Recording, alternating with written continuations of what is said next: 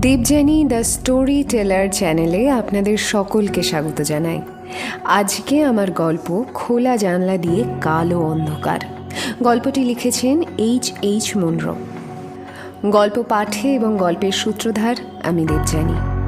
চলুন তবে গল্প শুরু করা যাক।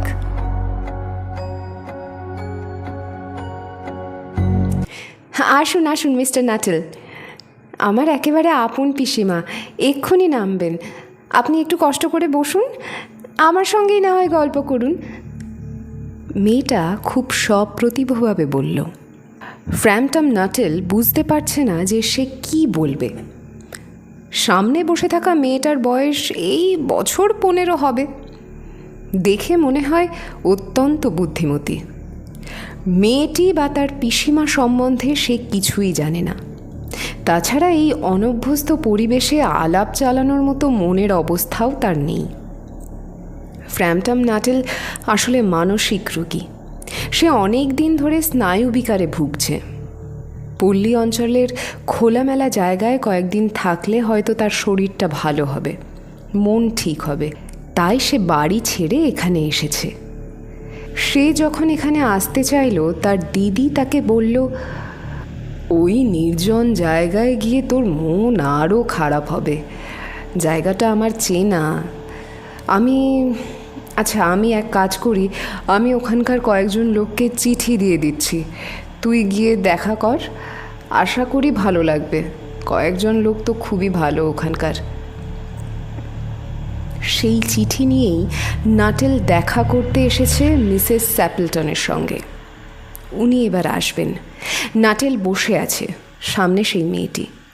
নাটেল কিন্তু কথা খুঁজে পাচ্ছে না। দীর্ঘ নিস্তব্ধতার পর মেয়েটা বলল, আচ্ছা, আপনি কি এখানে কাউকে চেনেন? নাটেল বলল, না, এখানে আমি কাউকেই চিনি না। আমার বোন বছর 4 আগে এখানে ছিল, সেই কটা চিঠি লিখে দিয়েছে। প্রথমেই এনার কাছে এসেছি। অবসন্ন স্বরে নাটেল বলল, তাহলে তো আপনি আমার পিসিমা সম্বন্ধেও কিছু জানেন না?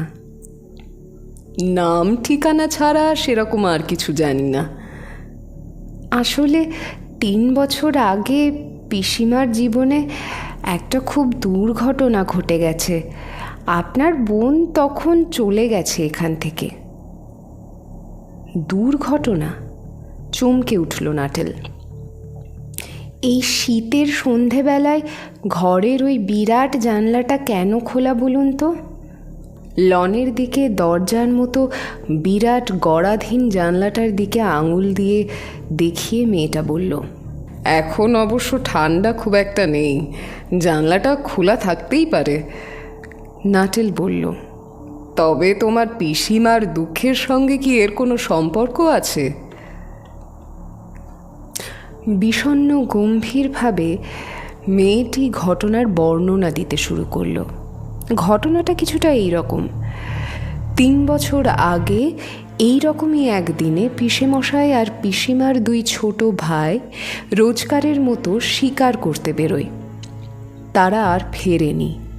একটা জলা জায়গা দিয়ে যাবার সময় তারা 3 জনেই আচমকা পাকে ঢাকা এক বিরাট গর্তে পড়ে যায়। অবশ্য গর্ত না বলে ছোটোখাটো পুকুর বলাই ভালো। জায়গাটা যে অত ভীষণ তা আগে বোঝা যায়নি। সবচেয়ে দুঃখের ব্যাপার হলো ওই 3 জনের দেহ আর খুঁজে পাওয়া যায়নি। মেয়েটার কণ্ঠস্বর যেন কেঁপে উঠল। সে তার হতভাগ্য পিসিমার কথা আরও বলতে লাগলো। তার হতভাগিনী পিসিমার ধারণা ওরা একদিন না একদিন ঠিক ফিরবে। সঙ্গে আসবে তাদের আদরের স্পেনিয়াল কুকুরটা, যেটা ওদের সঙ্গে সেদিন একইভাবে মারা পড়েছিল। পিসিমা মনে করেন যে ওরা যেমন করে ওই গড়াত খোলা বিরাট জানলা দিয়ে ভেতরে ঢুকত, তেমনই আবার ঠিক একদিন ওখান থেকেই আসবে। তাই অন্ধকার ঘনিয়ে আসা না পর্যন্ত ওটা রোজই খোলা থাকে।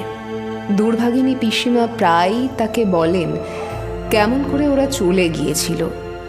পিসেমশাইয়ের হাতে ছিল সাদা রঙের ওয়াটারপ্রুফ কোট, আর পিসির ভাই একটা বেসুরো গান গাইছিলেন, যেটা শুনলেই নাকি পিসির মেজাজ সপ্তমে চড়ে যেত, আর পিসিকে রাগাবার জন্যেই সে গাইত। মেয়েটা যেন কেঁপে উঠল, ভয়ে না আতঙ্কে না অন্য কিছুতে, তা নাটেল বুঝল না। নাটেল নিথর হয়ে বসে আছে, চারিদিকে নির্জন থমথমে অন্ধকার। মিসেস স্যাপেলটন প্রবেশ করলেন, দেরি হওয়ার জন্য ক্ষমা চাইলেন বারবার। বললেন, আমার ভাইজি ভেরার সঙ্গে কথা বলতে বেশ মজা লাগে, তাই না? নাটেল জানালো তার সঙ্গে কথা বলতে বেশ ভালোই লাগছিল।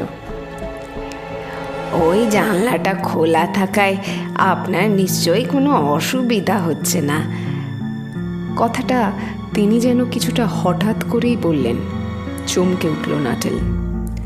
আসলে আমার স্বামী আর ভাইরা শিকার থেকে সোজা ফিরবে, আর ওই জানলা দিয়েই ঘরে ঢোকে।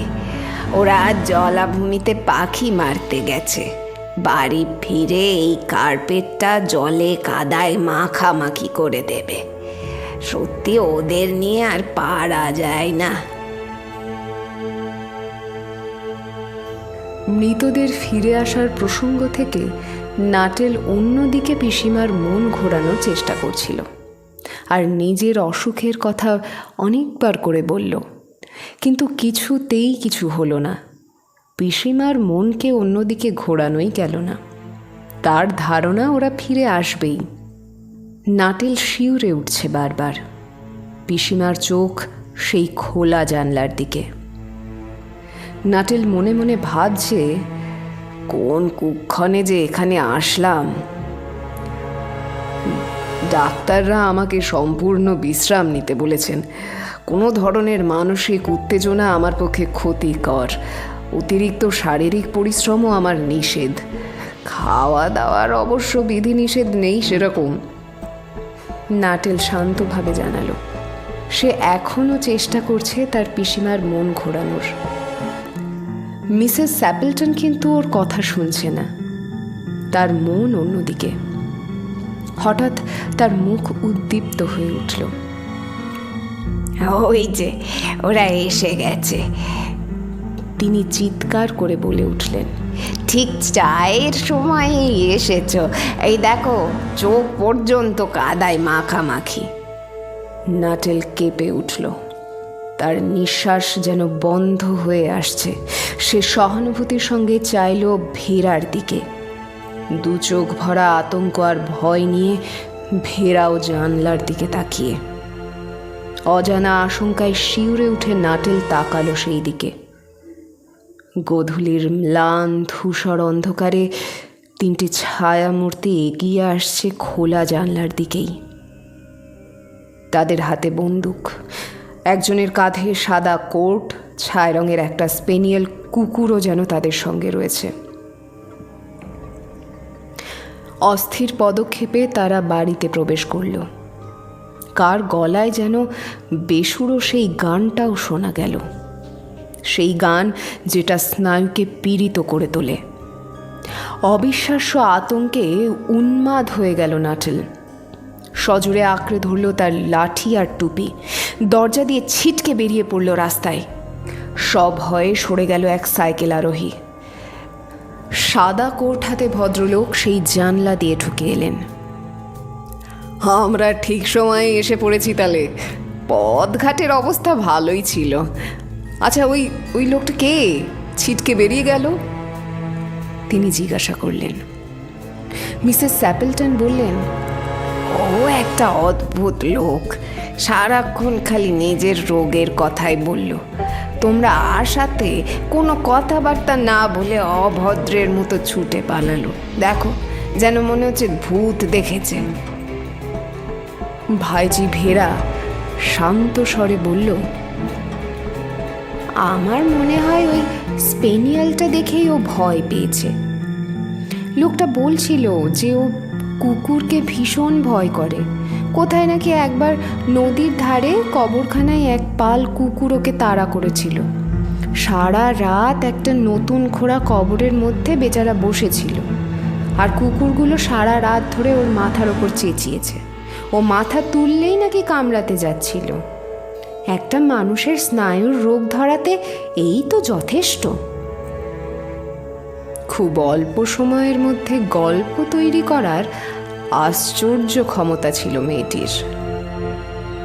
আজকের মতো গল্প এখানেই শেষ। গল্পটা কেমন লাগলো জানাতে ভুলবেন না।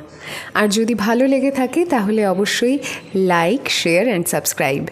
নমস্কার, ভালো থাকবেন আপনারা।